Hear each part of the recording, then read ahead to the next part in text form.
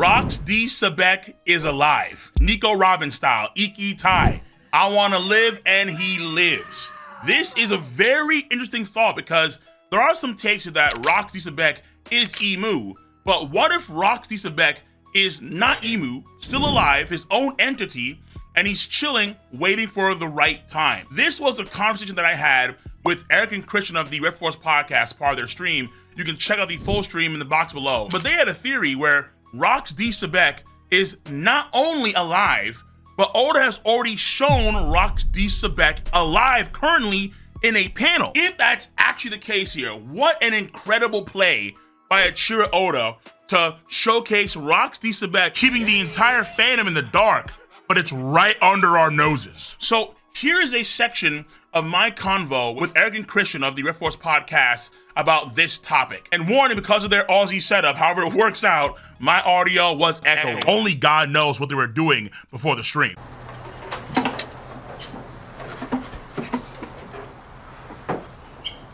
But enjoy this quick section right here, and then I'll add a few things on top of that later on in the video. Speaking of the mystery man, and kind of going into this, because maybe Xebec, maybe... I feel like the Burnt Scar Man is Xebec, and we wrap those plots all up. What do you think the treasure... Oh, he's Xebec! I think he's Xebec, because Xebec disappeared. Burnt Scars could have been burnt by the ancient weapon nuke that nuked God Valley. Burnt from that. He's salty at Roger, salty at Whitebeard, so he steals the poneglyph from Fishman Island, and he's keeping it hostage. Because then we can wrap all these plots together. So it's Xebec on the Black Pearl, protecting the last row poneglyph. Okay. Because they're cold, then we can wrap all these plots together. And he's a strong man, and he's a that'd be a hype fight. It wouldn't be a Warlord Ace beat. That's a hype. No one gives a fuck about that. I feel like Burnt Scars Xebec because it's hype. It's an old legend. Someone for Luffy to actually fight. We get lore drops from him. It'd be crazy. And Xebec's a swordsman, Christian, so Mihawk Strongers is Xebec now. Of course. We don't have to get into that. Wait, hold on. Wait, but then what about? So then the idea of BB having Xebec soul in him, so it's like a two-soul thing. I feel like he's got the lineage of Xebec. I feel like he's got some lineage shit.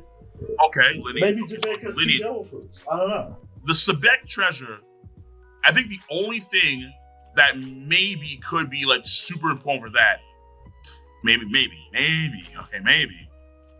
What if it's actually what destroyed the Lucia Kingdom?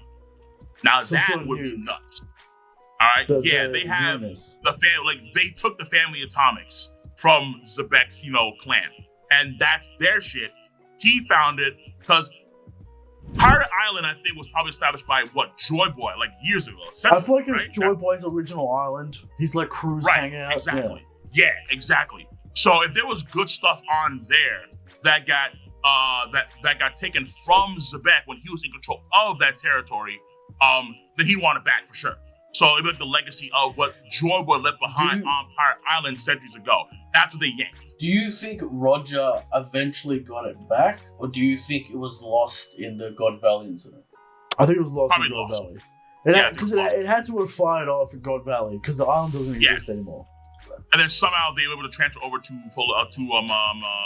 Holy Land, but then it was dormant. Then they needed to make a pump's power or his energy. I guess it could have been it could have been some mother flame that they used to blow the island up the first time. The problem is that though, like the mother flame, as far as you know, it's a power as a weapon, and then they would have used it earlier if they had mother flame. I would assume like the weapon only had one shot left, and then it ran out of power. And they used it on God Valley. Yeah. And then they didn't have any juice left. They had I feel like Xebec is like, fuck it, I'm gonna use this weapon, and he blows up God Valley at the end because he's losing. His crew is falling apart and shit. He's like, fuck it, I'm gonna use my weapon. And he nukes So you think that was a last-ditch play by his part to do that? Yeah, because he has it at that point. He has the treasure. I feel like he fires it off at the end of God Valley, and Xebec quote-unquote disappeared. You know what I mean? Where did he go? Because there's the theory that the weapon that we see above Lucia Kingdom, that's also what destroyed God Valley too. Yeah. But you're saying it was Xebec's protocol, not Emu's protocol. No. Emu didn't destroy. No, it was Xebec that did that. Because he would also know secrets of the world too. Like, how did he find out about these secrets of the world? So Xebec would go, I'm losing this fight, my crew's falling apart, these celestial dragons. I'm nuking this place. And he nukes it. Maybe he's just selfish and goes, Roger, up, I'll blow them up. Yeah. Maybe he's just a selfish man. And Kaido and Big Mom and all those guys, Roger, they all survived that? That's crazy. And it could have been like, I'm charging my laser. It's a countdown bull. Oda. It's a countdown bullshit. Well, he's firing his laser. Right. Yeah. Right. And then it's like a mad scramble to get out of there. Then Big Mom saves Kaido. Yeah. And then Xebec Xebec gets hit by it and he's burned, and then he's the burn man. Oh, he's the burn man. Okay. Yeah. Man marked by flame is Xebec, and then he has the last opponent gift now. Yeah. And then so Luffy and company have to fight against him to then get the last opponent gift from him. Yeah. Or let's say a lot of forces converge on a Xebec. So you have, let's say, Luffy, Cross Guild, and let's say Kuz, or let's say the Marines too. They're all converging on Xebec at one time. And if Xebec is the Birdman, we get a nice way to do finally the God Valley flashback. Which we do need. Yeah. I think he's the best one. He's the best one for it, for sure, without a doubt. Yeah. So that's the mystery man. That's the mystery man covered. Now, this is how we get into what the about fight. the idea that? What about the idea that he stabs Shanks' brother? I love it. I can see it happening. I feel like I feel like Xebec would be a better reveal. I feel like it's more exciting than Shanks' evil brother. We already got a Garling on this panel. Do we need another Figureland? I don't know. Yeah, sure, why not? But Make it a whole family lineage, like the whole again, like you can the see, Figureland has to be that important. Then give him the sauce. Like My we saw thing in is- Film Red with Uta. That was they My was thing talking is, about that. Garland, Shanks, that. you can see a bandage on the hand of this man, Right. in the silhouette. Do you? If inspect the silhouette, you can see a bandage over the knuckles. Inspect the panel call. KingOfLightning is inspecting. Zoom in, look at that hand. Look at those knuckles. They're wrapped up. Oh, okay, I think I see what you're saying. Yeah. Okay, but but that could be like he has a long sleeve over. Like with the emo. That's not a sleeve, bro. Nah, bro. That's not a sleeve. That's wrapped up. That's a wrapped up knuckle. It's wrapped up, Cole. He's wrapped up because he's the burnt man. He could have black hair, eyeliner, black lipstick. He just Who knows? He's up in his feelings. Who Black knows? hand nails. Yeah, it's possible. It is a good way to get Xebec into the plot. I do enjoy it. Rox D. Xebec is alive, shown to us in chapter 1121 at the very end, the man with the silhouette, who could possibly also be the man with the burned scar, and potentially the man that is also guarding the last road poneglyph to Laugh Tale.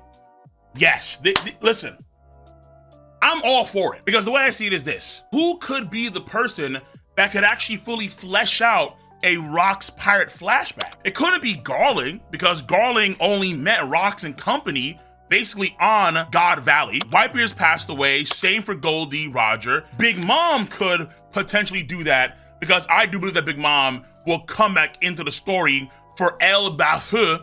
But at the same time, does it make sense to have a comprehensive, in-depth Rox D. Xebec flashback during Elbaf? Things that focus around Big Mom's character, and Mother Caramel, and the Lamb's house, and this sort of like idea of a god of chaos that was mentioned during her flashback. These things, I think, take a lot more precedence for Big Mom's than a Rox D. Xebec flashback. It would probably seem really forced, like they're really trying to fit a square into a triangular hole. It's just... Nah, it's just not working. So if Big Mom isn't the best option, what about Kaido? If Big Mom is alive, which I think she is, then Kaido could also likely be alive too. After the volcano erupted in Wano Country, they went Team Rocket style blasting off again. And then we know at the end of that arc, Morgans tells us that Cypher Pole ran into the Big Mom Channel ship before their comms got disconnected. They could be tending to Kaido's wounds, as Kaido right now is on a sickbed.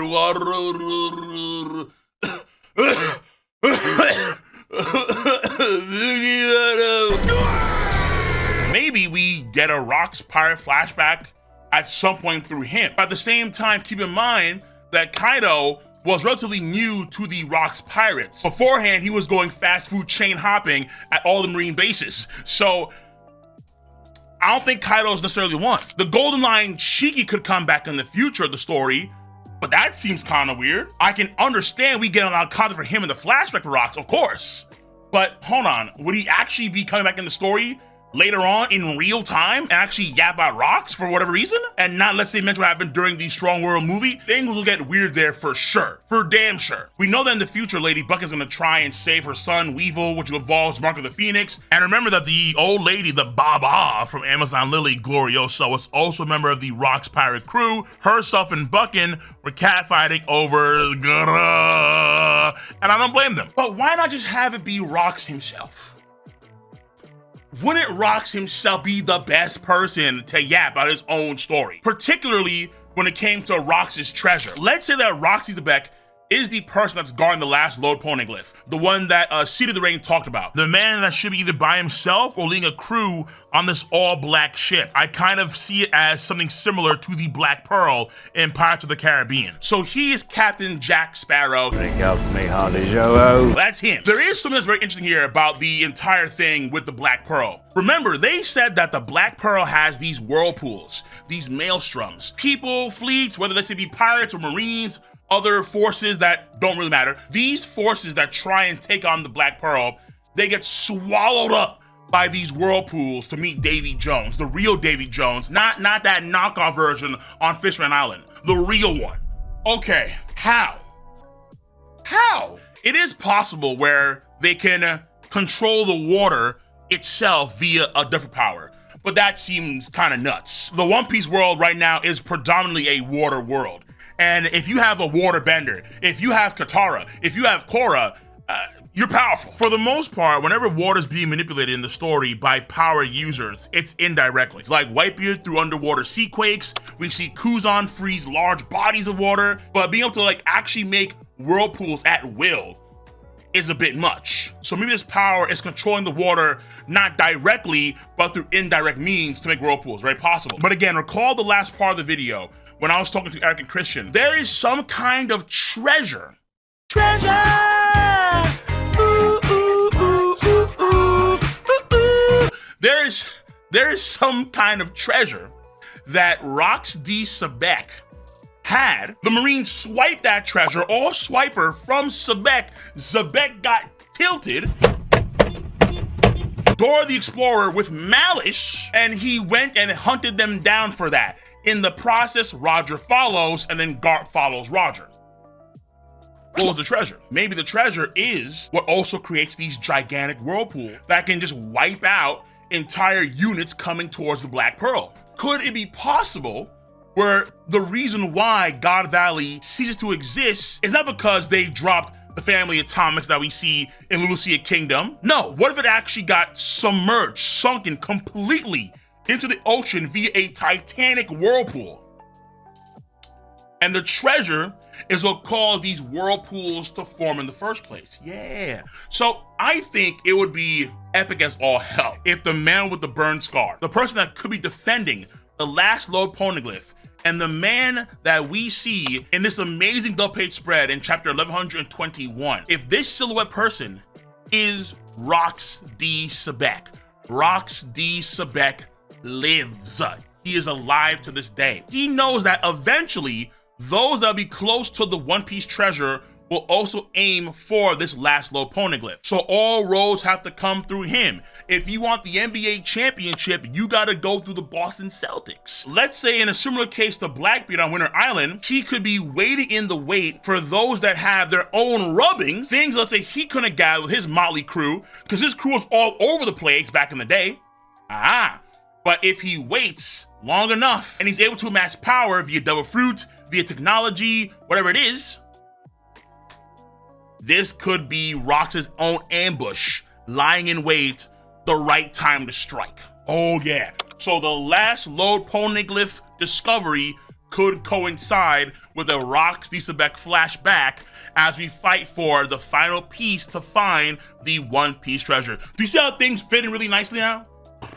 So only time can tell, and even though I do like the theory that the man who silhouetted in that panel is Stabs, Shanks' evil twin brother, I think that it being Rox takes a lot more precedence over Stabs. But I do like that theory a lot, hence why this video exists. And if you also like this theory, then give this video a thumbs up, of course. Support your boy's content by subscribing to this channel. Click on that bell to join the notification squad, and make sure to turn on notifications on your phone app as well on YouTube. So, until the next one, I'm gonna catch you guys and gals on the flip side. See you. Bye bye.